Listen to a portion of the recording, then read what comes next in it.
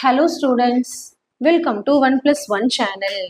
இந்த ப்ராப்ளத்தில் பார்த்தீங்கன்னா if secant theta equal to 13 by 5 அப்படின்னு கொடுத்துருக்காங்க, then show that 2 sin theta minus 3 cos theta by 4 sin theta minus 9 cos theta equal to 3 அப்படின்னு நம்ம prove பண்ணணும். ஓகே, இப்போ இங்கே secant theta equal to 13 by 5 அப்படின்னா என்ன அர்த்தம்னா secant thetaவோட ஃபார்முலா எழுதணும். ஃபார்முலா எழுதிட்டு இது நம்ம ஃபைண்ட் அவுட் பண்ணணும். secant thetaவோட ஃபார்முலா பார்த்தீங்கன்னா hypotenuse by adjacent. இப்போ நம்மளுக்கு இந்த ப்ரூஃப் ஷோ தட் என்ன கொடுத்துருக்காங்கன்னா 2 sin theta minus 3 cos theta by 4 sin theta minus 9 cos theta equal to 3. இதுதான் வந்து ஷோ தட் கொடுத்துருக்காங்க. இதான் நம்ம வந்து ப்ரூவ் பண்ணணும். சரிங்களா? இப்போ இந்த வேல்யூஸ் எல்லாம் நம்மளுக்கு தெரியணும். அதாவது sin thetaவோட வேல்யூ cos thetaவோட வேல்யூ நம்மளுக்கு தெரியணும். சரிங்களா? இந்த sin thetaவோட வேல்யூ அப்படின்னா என்னதுன்னா opposite side by hypotenuse. cos formula என்னன்னா adjacent side by hypotenuse. கரெக்ட்டுங்களா? இப்போ secant வந்து 13 by 5னா cos வந்து என்ன வரும் 5 by 13. அது ஈஸியாக கண்டுபிடிச்சிடலாம். cos theta என்னது 5 by 13 ஃபைண்ட் அவுட் பண்ணியாச்சு. இப்போ sin கண்டுபிடிக்கணும். சைனுக்கு ஃபார்முலா வந்து ஆப்போசிட் பை ஹைப்போட்டீனியஸ். அப்போ ஆப்போசிட் சைட் கண்டுபிடிச்சாதான் நம்மளால சைன் கண்டுபிடிக்க முடியும். ஏன்னா இதில் ஆப்போசிட் சைடு இல்லை. secant thetaக்கு வந்து hypotenuse by adjacent தான். அப்போ hypotenuse 13 adjacent 5.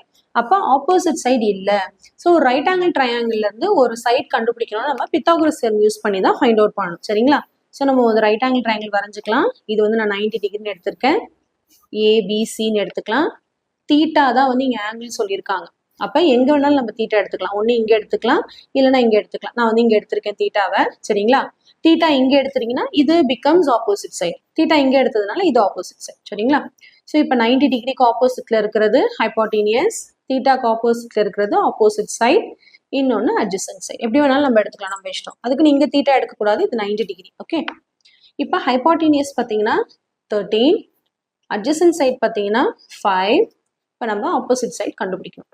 So by using Pythagoras theorem என்னதுன்னா hypotenuse square equal to opposite side square plus adjacent side square. hypotenuse square எவ்வளோன்னு பார்த்தீங்கன்னா 13. So 13 square is equal to opposite side தெரியாது, அதனால் அப்படியே வச்சுக்கலாம். AB square plus adjacent side அப்போ 5 square. இப்போ next 13 square. 13 into 13 becomes 169 equal to AB square plus 5 5s are 25. இப்போ இந்த 25 இந்த பக்கம் வந்துச்சுன்னா 169 மைனஸ் 25 ஆயிரும் ஈக்குவல் டு ஏபி ஸ்கொயர். இப்போ ரெண்டுத்தையும் மைனஸ் பண்ணும்போது நம்மளுக்கு 144ன்னு கிடைக்கும் ஈக்குவல் டு ஏபி ஸ்கொயர். இப்போ ஸ்கொயர் அனதர் சைடு வரும்போது ஸ்கொயர் ரூட் ஆகும். அப்போ ஏபியோட வேல்யூ வந்து என்னது 12 12s are 144. அப்போ ஆப்போசிட் சைடு வந்து நம்மளுக்கு 12ன்னு கிடைச்சதுனால இப்போ நம்ம சைன் தீட்டா ஃபைண்ட் அவுட் பண்ணிடலாம். சைன் தீட்டா வந்து opposite side by hypotenuse which is equal to opposite side வந்து 12, ஹைப்போட்டீனியஸ் வந்து 13. இப்போ சைன் தீட்டாவோட வேல்யூவும் காஸ் தீட்டாவோட வேல்யூவும் இருக்கிறதுனால நம்ம ப்ரூவ் பண்ணுறதோட எல்ஹெச்எஸ் எடுக்கிறோம். எல்ஹெச்எஸ் என்னன்னா 2 sine theta minus 3 cos theta by 4 sine theta minus 9 cos theta. இப்போ இதில் வேல்யூஸ்லாம் சப்ஸ்டியூட் பண்ணால் 3 வரணும் நம்மளுக்கு. 2 சைன் தீட்டானா 2 இன்டூ சைன் தீட்டான்னு அர்த்தம். 2 into 12 by 13 minus 3 into 5 by 13. cos theta வந்து நம்ம ஆல்ரெடி கண்டுபிடிச்சிருக்கோம் 5 by 13. ஓகே, by 4 இன்டூ அதே 12 by 13 minus 9 into 5 by 13. Okay, so இப்போ நம்ம என்ன பண்ணலாம், மல்டிப்ளை பண்ணிக்கலாம். இந்த கேன்சல் ஆகாது, எதுவுமே கேன்சல் ஆகாதனால 2 இன்டூ 12 வந்து 24 by 30 minus 3 5s are 15. 15 by 30 whole divided by 4 into 12 becomes 48. 48 by 30 minus 9 5s are 45. 45 by 30.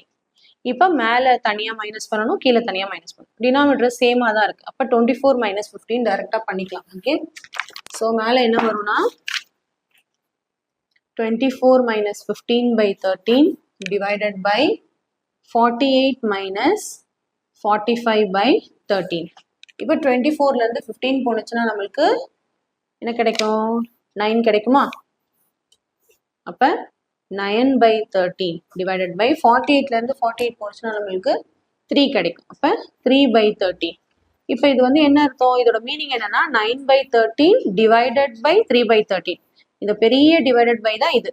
Okay, இப்போ ரெண்டு ஃப்ராக்ஷன் எப்படி டிவைட் பண்ணுவோம், நம்ம ஃபர்ஸ்ட் ஃப்ராக்ஷன் அப்படியே எழுதிட்டு டிவைட் வந்து மல்டிப்ளை ஆயிட்டு செகண்ட் ஃப்ராக்ஷனோட ரெசிப்ரோக்கல் எடுப்போமா, அதே தான். ஓகே, ஸோ இப்போ 13 கேன்சல் ஆயிரும், 3 1s are 3 3s are 9. அப்போ ஆன்சர் வந்து 3 கிடச்சிச்சு, which is equal to RHS.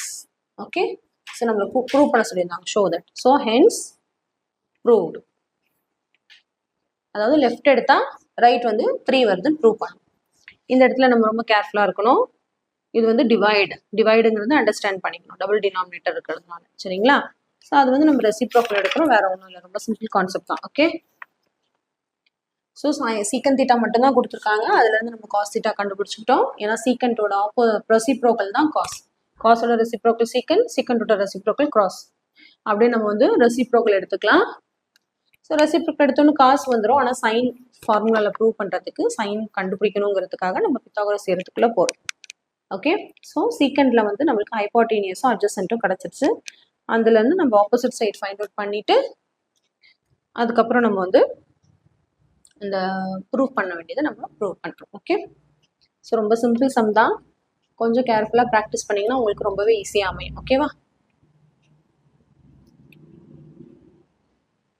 So கண்டிப்பாக இந்த சம் நல்லா உங்களுக்கு கிளியராக அண்டர்ஸ்டாண்ட் ஆயிருக்கும்னு நினைக்கிறேன்.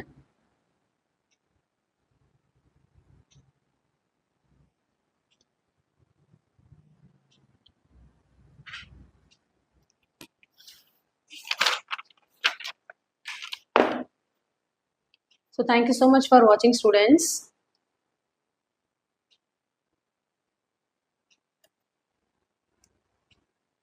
Bye bye.